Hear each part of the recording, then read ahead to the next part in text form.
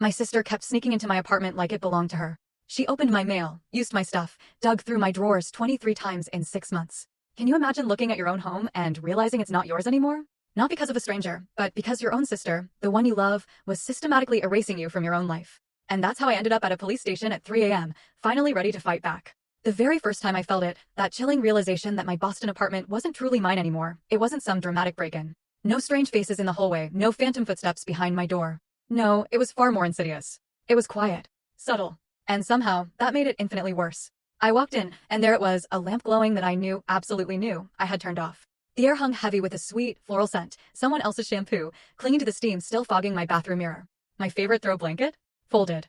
Not just folded, but perfectly folded, with those tight corners, those crisp edges, exactly the way my mom folds blankets. It was like the room itself had been corrected, polished, while I was out living my own life.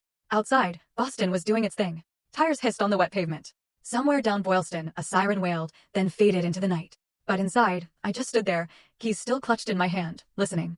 Listening for anything, any sound, to confirm the sickening suspicion building in my gut. Nothing. Just the low hum of the building, the faint rattle of the heater, the soft, shaky hush of my own breathing. I tried to dismiss it. I told myself I was just being dramatic. Exhausted. That I was the kind of person who notices every tiny detail and then, well, imagines the rest. But I wasn't imagining it. Not at all. By the time this whole nightmare was finally over, my younger sister, Claire, had let herself into my apartment 23 times. In 6 months. I didn't count them at first, you know? I'm not that kind of person. Not until I had to. Not until my entire life started feeling like someone else was editing the script behind my back. It took a while for the pattern to sharpen, to become something absolutely undeniable. A credit card statement, left inside its envelope, now sitting open on my counter like a gaping mouth.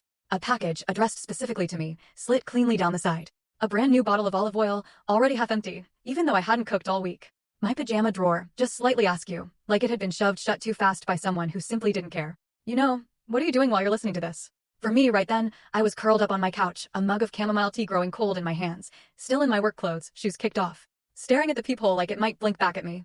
I'm Marin. I'm 32 years old, and I work as a project coordinator for a logistics company downtown. The kind of job where everything's a deadline, and every single mistake has a number attached to it. People like to joke that Boston makes you tough, that you either grow a backbone or you freeze. I honestly thought moving into my own place would be the moment I finally grew mine. I had this one-bedroom apartment in a mid-rise building, not too far from Back Bay. Close enough to walk to work when the weather behaved. Close enough to pretend I was the kind of woman who had her life all neat and settled. Full story on the channel. Link below. Click now and watch what happened next.